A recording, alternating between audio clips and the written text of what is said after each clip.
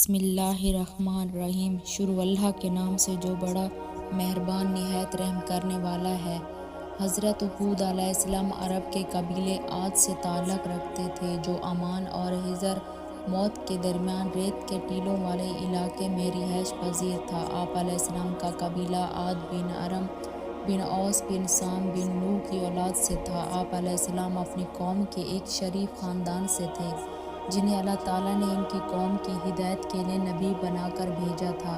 اللہ تعالیٰ نے آپ علیہ السلام کا ذکر قرآن مجید میں 7 مقامات پر فرمایا اور ایک پوری سورت بھی آپ علیہ السلام کے نام سے نازل فرمائی۔ قوم نوح کی ہلاکت کے بعد اللہ تعالیٰ نے قوم عاد اول کو زمین پر آباد کیا۔ یہ لوگ جسمانی طور پر بڑے مضبوط قد آور اور بڑی مضبوط عمارتیں بنانے میں ماہر تھے۔ اللہ تعالیٰ نے انہیں خوب مال دولت سے بھی نوازا تھا۔ قوم عاد اپنی جسمانی قوت کے غرور میں اتنی آگے بڑھی کہ اس نے اللہ تعالیٰ کو بھلا کر اپنے ہی ہاتھوں سے بنائے ہوئے بتوں کو اپنا معبود بنا کر ان کی عبادت شروع کر دی۔ ان کے 3 بڑے بت تھے جن کے نام سمد، سمود اور ہر تھے۔ قوم عاد کو گمراہی سے نکال کر ہدایت کی طرف لانے کے لیے اللہ تعالیٰ نے اس قوم کے ایک فرد حضرت ہود علیہ السلام کو نبی بنا کر ان کے پاس بھیجا۔ فرمان الہی ہے: اے نبی صلی اللہ علیہ وآلہ وسلم، کیا آپ نے نہیں دیکھا کہ آپ کے رب نے قوم عاد کے ساتھ کیا سلوک کیا، یعنی ارم کی اولاد کے ساتھ جو قد و قامت میں ستونوں میں جیسے تھے اور طاقت میں ان جیسے دنیا میں لوگ پیدا ہی نہیں کیے گئے، اور ہم نے قوم عاد کی طرف ان کے بھائی ہود علیہ السلام کو نبی بنا کر بھیجا۔ حضرت ہود علیہ السلام نے نبوت ملنے کے بعد جب قوم کو شرک اور اللہ تعالیٰ کی نافرمانیاں کرتے دیکھا تو انہیں اللہ تعالیٰ کی نعمتیں یاد دلاتے ہوئے توحید کی تعلیم دی اور اللہ تعالیٰ کی نافرمانی سے بچنے کی تلقین فرمائی۔ انہوں نے ہود علیہ السلام نے کہا کہ اے میری قوم، تم اللہ کی عبادت کرو، اس کے علاوہ تیرا کوئی حقیقی معبود نہیں، کیا تم پرہیزگار نہیں بنو گے؟ ہود علیہ السلام نے کہا کہ اے میری قوم، کیا اللہ ہی کی عبادت کرو، اس کے علاوہ تمہارا کوئی معبود نہیں، تم تو صرف بہتان باندھے رہے ہو۔ اے میری قوم، میں تم سے اس تبلیغ پر کوئی اجرت نہیں مانگتا، میرا اجر تو اس اللہ کے ذمہ ہے جس نے مجھے پیدا کیا، تو کیا پھر بھی تم عقل سے کام نہیں لیتے؟ اے پیغمبر، آپ عاد کے بھائی ہود علیہ السلام کا واقعہ سنائیں جب اس نے اپنی قوم کو جگہ میں ڈرایا، اور یقیناً ان سے پہلے بھی ڈرانے والے گزر چکے تھے اور ان کے بعد بھی آتے رہے۔ ہود علیہ السلام نے کہا، اللہ کے سوا کوئی عبادت نہ کرو، بے شک میں تمہارے بارے میں ایک بڑے سخت دن کے عذاب سے ڈرتا ہوں۔ جب حضرت ہود علیہ السلام نے اپنی قوم کو اللہ تعالیٰ کی توحید اور اس کی فرما برداری کرنے کی دعوت اور نافرمانی سے بچنے کی تلقین کی تو قوم عاد نے آپ علیہ السلام کی دعوت قبول کرنے کے بجائے آپ علیہ السلام کو جھٹلایا اور آپ علیہ السلام پر کئی الزامات لگائے۔ ان ہود علیہ السلام کی قوم کے کافر سرداروں نے کہا کہ ہم تو تجھے ایک طرح کی ایک بے وقوفی میں مبتلا دیکھ رہے ہیں اور ہمارے خیال میں تم جھوٹے ہو۔ انہیں قوم کے سرداروں نے کہا کہ اے ہود، تم نے ہمارے سامنے توحید کی کوئی واضح دلیل پیش نہیں کی اور ہم اپنے معبودوں کو صرف تمہاری بات میں آ کر نہیں چھوڑ سکتے، اور نہ ہی ہم تجھ پر ایمان لانے والے ہیں، بلکہ ہم تو یہی کہتے ہیں کہ ہمارے کسی معبود نے تمہیں خرابی دماغی مرض میں مبتلا کر دیا ہے۔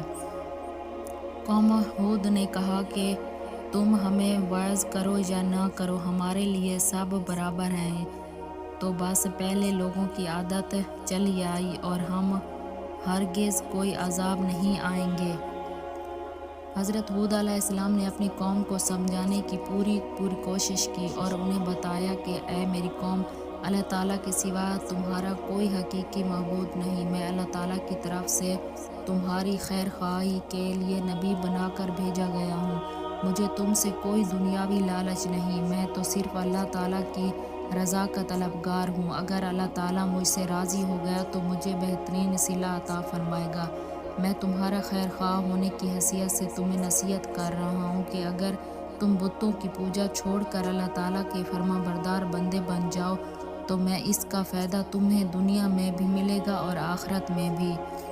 فرمان الہی ہے۔ ہود علیہ السلام نے کہا، اے میری قوم، میں بے وقوف نہیں ہوں، بلکہ میں تو تمام جہانوں کے پروردگار کا بھیجا ہوا پیغمبر ہوں۔ میں تو تمہیں ایک اپنے پروردگار کے پیغامات بھیجتا ہوں اور میں تمہارا امانت دار خیر خواہ ہوں۔ اور کیا تم اس بات پر تعجب کرتے ہو کہ تمہارے رب کی طرف سے تمہارے پاس تم ہی میں سے ایک آدمی پر وحی نازل ہوئی تاکہ وہ تمہیں ڈرائے؟ اور وہ حالات بھی یاد کرو جب اللہ تعالیٰ نے تم کو قوم نوح کے بعد جانشین بنایا اور دوسروں کے مقابلے میں تمہیں زیادہ قوت جسامت عطا فرمائی۔ اس لیے اللہ کی نعمتوں کو یاد رکھتے ہوئے اس کا شکر ادا کرو تاکہ تم کامیاب ہو جاؤ۔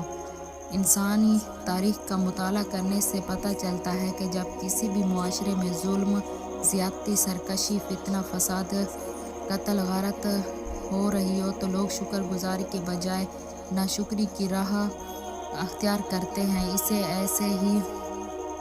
ایسے ہی معاشرے عذاب الہی کا شکار ہو جاتے ہیں۔ لیکن اگر یہی قومیں اپنے گناہوں سے باز آ جائیں اور اللہ کے حضور گڑ گڑا کر توبہ استغفار کریں اور اللہ تعالیٰ کے شکر گزار بندے بن جائیں تو نہ صرف اللہ تعالیٰ ان کو دی ہوئی نعمتوں میں اضافہ فرماتے بلکہ انہیں لمبے عرصے تک مزید نعمتوں سے فائدہ اٹھانے کا موقع دیتے، جیسا کہ حضرت ہود علیہ السلام نے دنیا اور آخرت کا فائدہ بتاتے ہوئے انہیں اپنے گناہوں پر شرمندہ ہونے اور توبہ استغفار کی تلقین کی تاکہ اللہ رب العزت راضی ہو کر ان پر اپنی مزید رحمتوں کی بارش فرما دے۔ حضرت ہود علیہ السلام نے کہا، میں اللہ کو گواہ بناتا ہوں اور تم بھی گواہ رہو، میں اللہ کے سوا سب سے بیزار ہوں جنہیں تم شریک بنا رہے ہو۔ اللہ کے علاوہ تم سب مل کر میرے خلاف سازشیں کر لو اور مجھے بالکل بھی مہلت نہ دو۔ بے شک میں نے اللہ پر بھروسہ کیا ہے جو میرا اور تم سب کا پروردگار ہے۔ زمین پر چلنے والا کوئی بھی جاندار ایسا نہیں مگر سب کی پیشانی وہی تھامے ہوئے ہے۔ یقیناً میرا رب بالکل صحیح راہ پر ہے۔ حضرت ہود علیہ السلام نے اپنی قوم کو سمجھایا کہ اپنے رب کا یہ احسان نہ بھولو کہ اس نے تمہیں قوم نوح کا جانشین بنایا اور تمہیں بہت سی دنیاوی نعمتوں سے نوازا، لہٰذا تم اللہ تعالیٰ کی نافرمانی سے باز آ جاؤ اور میری دعوت توحید قبول کر لو۔ قوم کے سرداروں اور عوام نے برہم ہو کر کہا کہ اچھا، اگر تم اپنی دعوت میں اتنے ہی سچے ہو تو ہمارے لیے اللہ تعالیٰ سے عذاب طلب کر لو۔ قوم نے جب اللہ تعالیٰ کا عذاب کا مطالبہ کر دیا تو آپ علیہ السلام نے افسوس کا اظہار کرتے ہوئے فرمایا کہ اب تم عذاب الہی کا انتظار کرو۔ انہیں قوم عاد نے کہا، کیا تم ہمارے پاس آئے ہو کہ ہم صرف اکیلے اللہ ہی کی عبادت کریں اور ہمارے باپ دادا جن کی عبادت کرتے تھے ان کو چھوڑ دیں؟ لہٰذا اگر تم سچے نبی ہو تو جس عذاب سے ہمیں ڈراتے ہو وہ لے آؤ۔ قوم نے کہا، اے ہود، کیا تم ہمارے پاس اس لیے آئے ہو کہ ہمیں ہمارے معبودوں کی عبادت سے پھیر دو؟ اگر تم واقعی سچے نبی ہو تو وہ عذاب لے آؤ جس سے ہمیں تم ڈراتے ہو۔ انہوں نے ہود علیہ السلام سے کہا کہ اب اللہ کی طرف سے اس کا عذاب اور غضب تمہارے لیے مقرر ہو چکا ہے۔ کیا تم مجھ سے ایسے ناموں کے بارے میں جھگڑاتے ہو جو تم نے اور تمہارے باپ دادا نے رکھ لیے ہیں؟ ان بتوں کے معبود ہونے کی اللہ نے کوئی دلیل نازل نہیں فرمائی، تو پھر اب تم بھی عذاب کا انتظار کرو۔ بے شک میں بھی تمہارے ساتھ تم پر عذاب آنے کا انتظار کرتا ہوں۔ جب حضرت ہود علیہ السلام نے اپنی قوم کو ہر اعتبار سے سمجھانے کی کوشش کی لیکن قوم نے بات کو سمجھنے کے بجائے آپ علیہ السلام کو جھٹلا دیا تو آپ علیہ السلام نے اللہ تعالیٰ سے مدد کی درخواست کی۔ قوم عاد نے بھی رسولوں کو جھٹلایا۔ جب ان کے بھائی ہود علیہ السلام نے ان سے کہا، کیا تمہیں اللہ کے عذاب کا خوف نہیں ہے؟ جب حضرت ہود علیہ السلام نے اپنی قوم کے خلاف مدد کی درخواست کی تو اللہ تعالیٰ نے فوراً آپ علیہ السلام کی درخواست کو قبول فرمایا اور قوم عاد پر سخت ترین عذاب و آندھی کی صورت میں نازل فرمایا، جس سے آپ علیہ السلام کی قوم کے تمام نافرمان لوگ ہلاک ہو گئے۔ صرف مومن اللہ تعالیٰ کی رحمت سے، عذاب الہی سے محفوظ رہے۔ فرمان الہی ہے، قوم عاد نے بھی حق کو جھٹلایا، دیکھ لو بس کیسا تھا میرا عذاب اور میری ڈرانے والی باتیں۔ بلا شبہ ہم نے ان پر ایک نحوست کے دن تیز تند مسلسل چلنے والی ہوا بھیج دی، جو لوگوں کو اٹھا اٹھا کر ایسے پھینک رہی تھی جیسے وہ جڑ سے اکھڑ رہے ہوں، کھجور کے تنے ہوں۔ بس کیسا تھا میرا عذاب اور میرا ڈرانا۔ حضرت عائشہ فرماتی ہیں کہ جب بھی بادل آتے یا تیز ہوا چلتی تو آپ علیہ السلام پریشان ہو جایا کرتے۔ میں نے پوچھا کہ اے اللہ کے رسول، آپ صلی اللہ علیہ وآلہ وسلم، آپ پریشان کیوں ہو جاتے ہیں جبکہ لوگ تو انہیں بادلوں کو دیکھ کر خوش ہوتے ہیں؟ آپ علیہ السلام نے فرمایا، اے عائشہ رضی اللہ تعالیٰ عنہا، میں کیسے مطمئن ہو جاؤں؟ ہو سکتا ہے کہ اس عذاب میں کیونکہ ایک قوم عاد ہوا ہی سے ہلاک ہوئی تھی، اس نے عذاب کی گھٹا دیکھ کر کہا تھا، یہ بادل آ گیا جو ہم پر خوب برسے گا۔ حضرت عائشہ رضی اللہ تعالیٰ عنہا فرماتی ہے کہ بارش کے وقت آپ علیہ السلام یہ دعا پڑھتے تھے، اے اللہ، میں آپ سے اس ہوا کی اور اس میں جو بھلائی ہے اور جس سے یہ ساتھ لے کر آئی ہے، اس کی بھلائی طلب کرتا ہوں، اور میں آپ سے اس کی اور جو اس میں ہے اور جس چیز کے ساتھ یہ بھیجی گئی ہے اس کی برائی سے آپ کی پناہ مانگتا ہوں۔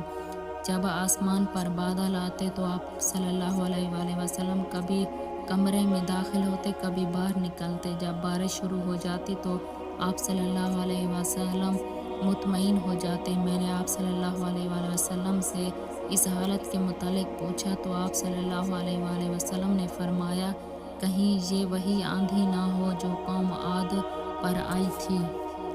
ناظرین، اگر ویڈیو اچھی لگے تو ویڈیو کو لائک اور چینل کو سبسکرائب کریں۔